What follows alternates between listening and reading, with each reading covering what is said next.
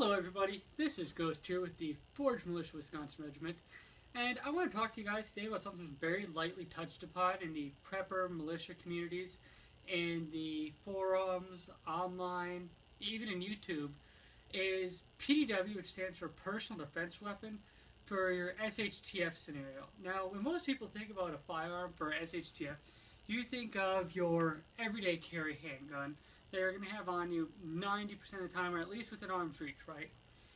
Now, then there's also your handgun, rifle, and shotgun configurations that you can get for home defense and stuff like that, but today I wanted to stick around PDWs. Now, what describes a PDW? Well, for me, since most of us can't afford or even get a hold of a military select fire PDW, is concealability, ammunition, capacity, and customization. Now, I'm going to start with concealability because concealability is pretty much the most important factor of a PDW in its application, is that it allows you to be low profile but still have that more substantial firepower than your standard handgun. Now, having that extra amount of firepower over your conventional handgun is definitely going to help you in case you're ever ambushed or attacked in a low-profile scenario where you just can't carry a full-sized rifle or carbine like your AR-15s, your AKM variants, or other immediate caliber carbines. Now, for example, I have your SCAR 16S here. Now, most people would consider this to be a nice compact carbine at the moment with the stock folded in this configuration. Now, when you see and you compare it to the Scorpion that I have here and the width, you see that this right here doesn't really compare when you take a look at it from the PDW with the CZ Scorpion here.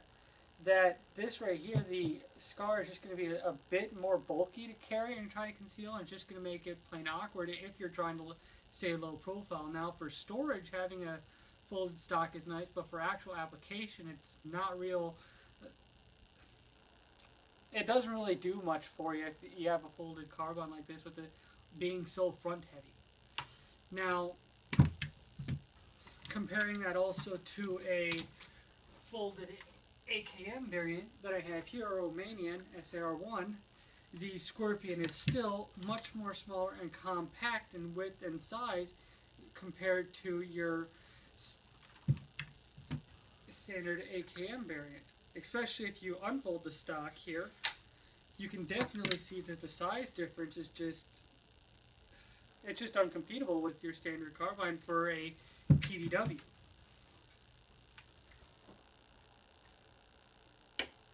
Now I also have here a full-size rifle. It's a FN-15 with 20-inch barrel.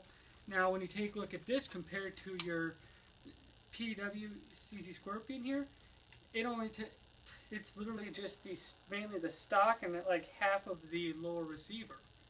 There's no way you're even going to be doing much of anything with this, especially in an urban environment. It can be done. The guys in the military have done it for years, but it just is it's a lot harder and it's slower, but in a high-pace, fast-paced scenario for like extreme close quarters, 0 to 50 meters, having something like this for those tight spaces in an urban environment, in the inside of a house, going around corners, through doors, and out windows, and especially inside of a vehicle, a PDW it's pretty much almost impossible to compare it to whenever you're taking a look at carbines versus your PDW. Now you can go along the lines of SBR, like this, similar to this right here, but you would have your stock on it, but it's still a lot more bulky if you're trying to conceal. That's why something like this right here is nice. Now this is still technically a PDW. All you would have to do is go along lines and putting a stock on it, but in the standard configuration it's still a PDW. You can still conceal this right here very well, but you kind of have to wear only a certain amount of certain type of clothing, and it's still kind of bulky, especially if you have the full 30-round magazine. Now with the 20 it's much easier. But now I'm going to go and touch on to ammunition. Now, most PDWs have a higher round count than your standard conventional handgun of about 5 to 20 rounds for your conventional handgun per magazine. Now, there are some exceptions, like this Glock 17 that I have here. It has a 30-round magazine right now, and that is much more than the standard 17-round, almost double the actual size of it.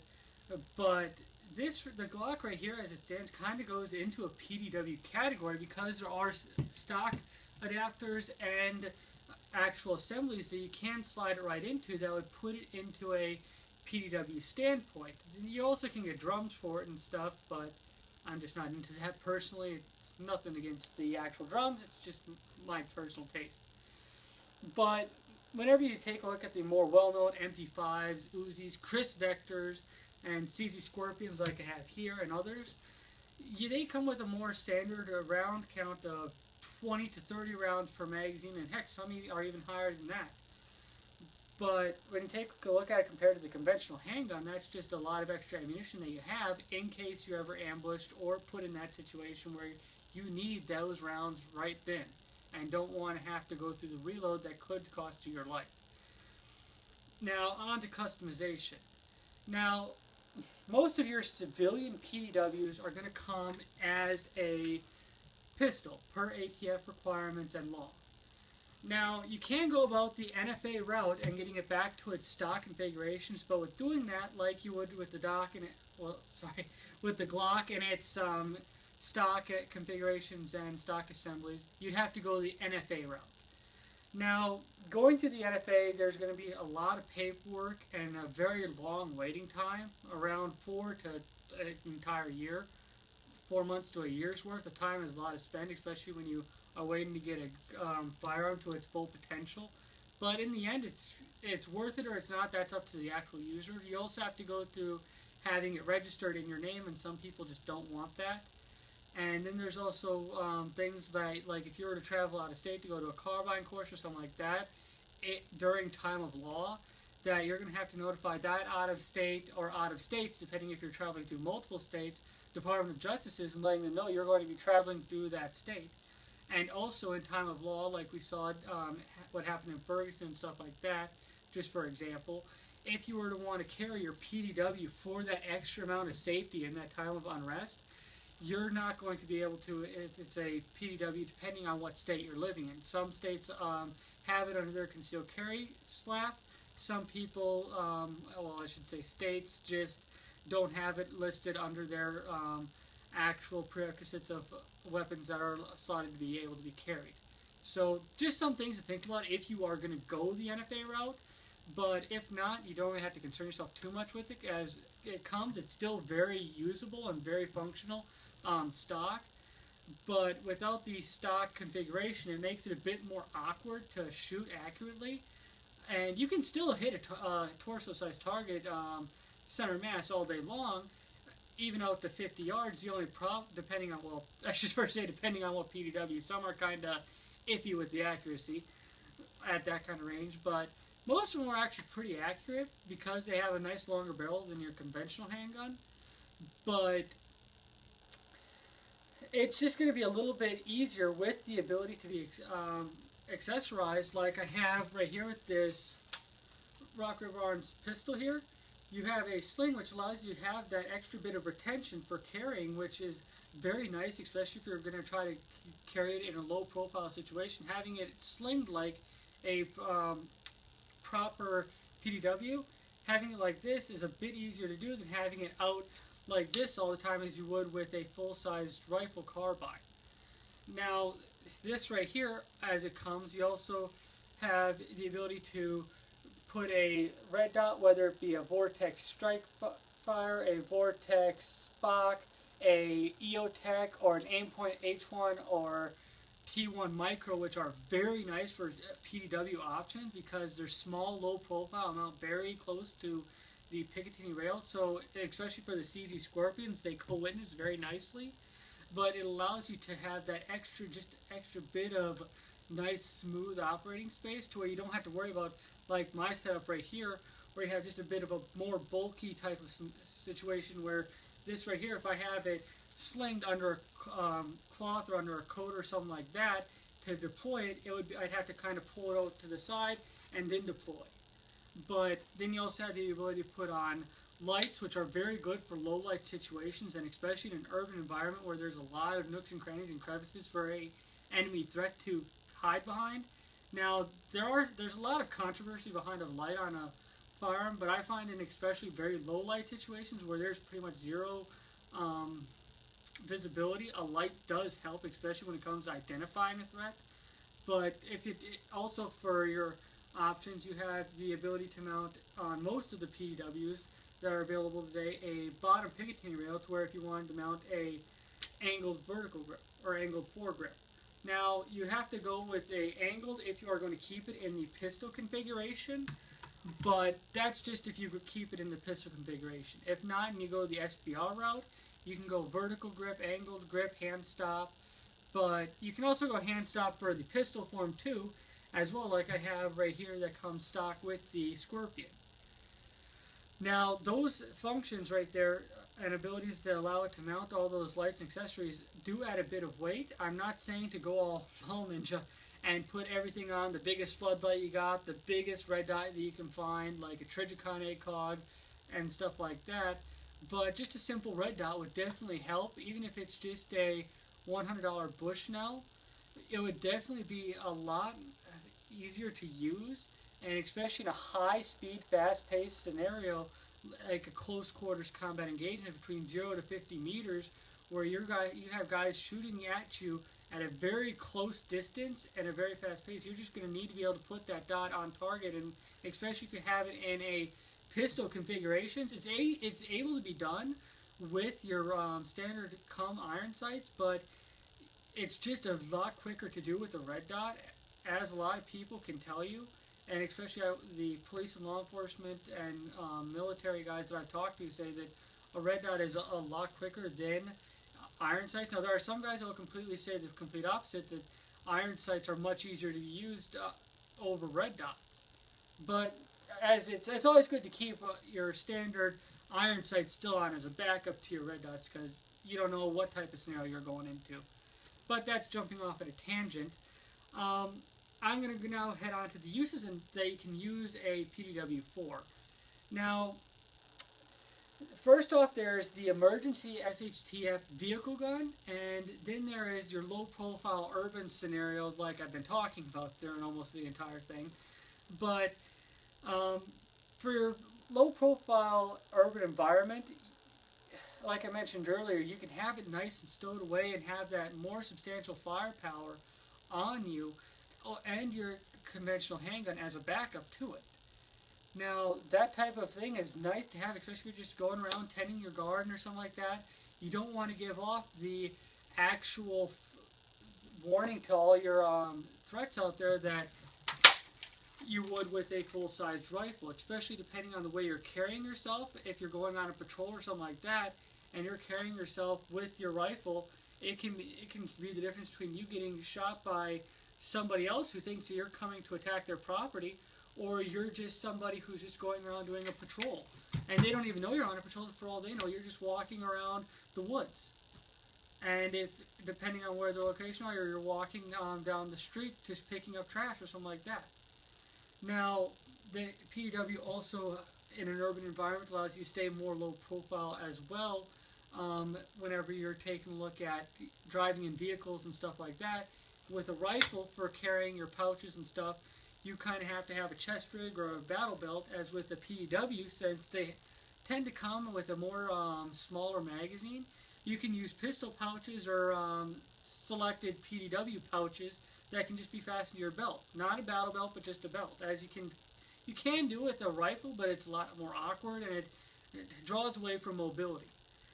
But with a PDW, you can definitely use it inside of a vehicle for staying low profile, and with being outside and just doing a standard patrol or tending to your everyday chores. Now, then there's also your emergency SHTF vehicle gun, just something to keep in the vehicle. Like if it's that's within rule of law. Like you can just have it in your vehicle in a proper incog type of bag or something like that under the seat or just in the back of the trunk. And I got an example here for you. The laptop case that I have here, I open it up. I have a pouch with two 30-round magazines fully loaded for my Scorpion, and then another pouch, two fully loaded 20-round magazines for my Scorpion, and then I have another loaded one in here, which I normally keep in the gun, but since I have this one right here unloaded for the video, it's unloaded right now, and the magazine is in here.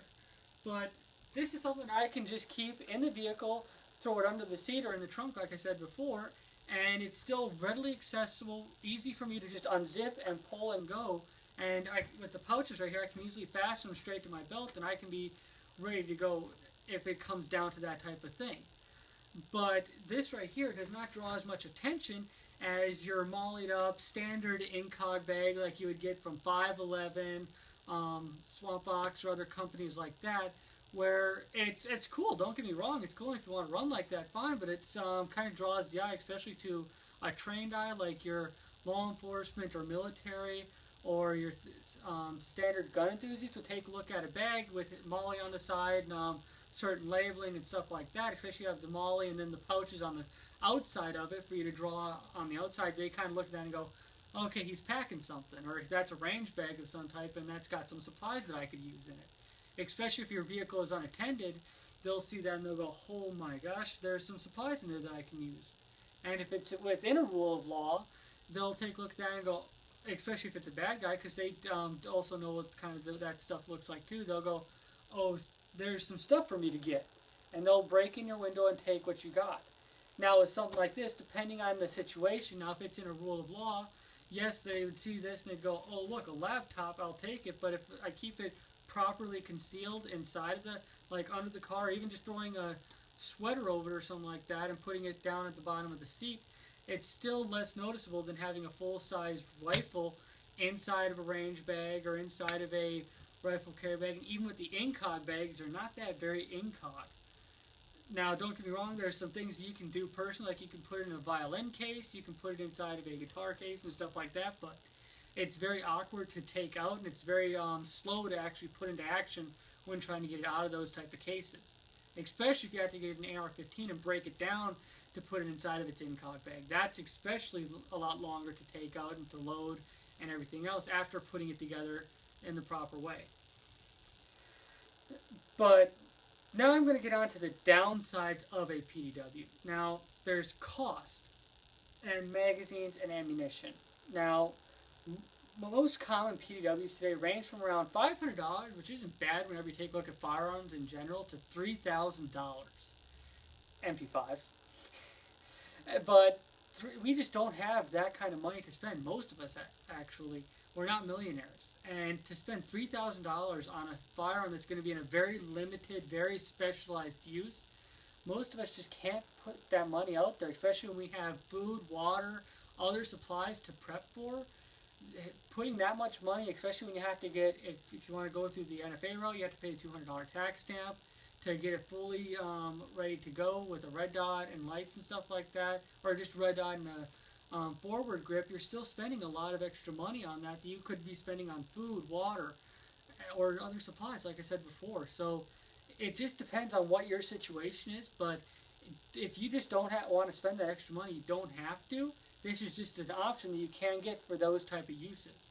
Then there's also magazines. Now, most common PDWs tend to not have your magazines to be readily available on a standard gun shop or on your standard mega gun shops like Bass Pro Shop, Gander, and places like that. They may have one or two, if that, but most of them just don't have it. You're going to be stuck either going to a specialized tactical shop where they pretty much are specifically into your tactical rifles and your tactical pistols and stuff like that, or like the most of us that buy these have to go online to buy them. And if something happens, like an SHTF scenario, good luck finding those magazines. If you find that magazine for that specific PDW, you might as well have won the lottery in SHTF right there.